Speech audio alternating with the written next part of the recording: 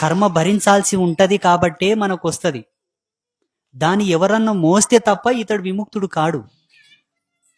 ఇది బాగా అర్థం చేసుకోవాలి. అమ్మవారి ఇట్లా ఎన్నో చెప్పింది నాకు.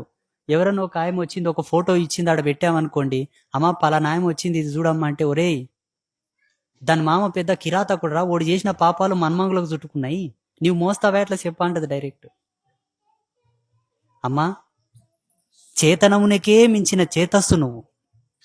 దైవత్వాన్ని ఒక 1000 విధాలుగా మనం పొడిగించి చూపించినా, 1,000,000 విధాలుగా పొడిగించి చూపించినా, అట్టి దైవత్వ తత్వానికే అజేయమైనటువంటి తత్వం. నీవు తుచ్చమైనటువంటి కర్మని నీలో ఇమిడించుకోలేవా నేను అడుగుతాను అమ్మవారిని. నీ శక్తి ఎంత, నీ మహిమ ఎంత, నువ్వు ఎంతదానవు? ఈ కర్మను నువ్వు తీసుకొని వాళ్ళని బాగా చేయలే కదా, ఆ కర్మ నన్ను మోసుకోమంటావేంటి? అర్థమవుతుందా? నీవు తలుసుకుంటే జరగంది ఏముంది? బ్రహ్మాండాన్నే కనుమూసి తెరిచే సమయంలోనే నువ్వు లయం చేసి ఉత్పత్తి చేస్తావని నేను చదివాను దేవి భాగవతంలో.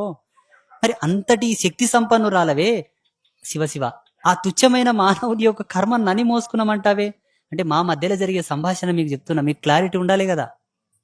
అమ్మ అప్పుడు ఏం చెప్పింది తెలుసా? వాని కర్మను నేను మోయగలను, వాని కర్మను నేను తీయగలను, వాని జన్మకు పూర్ణతను పరిపూర్ణతను ప్రసాదించగలను, వాణ్ణి ఇంద్ర పదవినిచ్చి కూడా విరాజిల్లింపజేయగలను. కానీ వాని నోటితో వాడే కోరాడురా, వాడు కోరిన మాటకు నేను వాగ్దేవతను కాబట్టి కట్టుబడి ఉన్నా.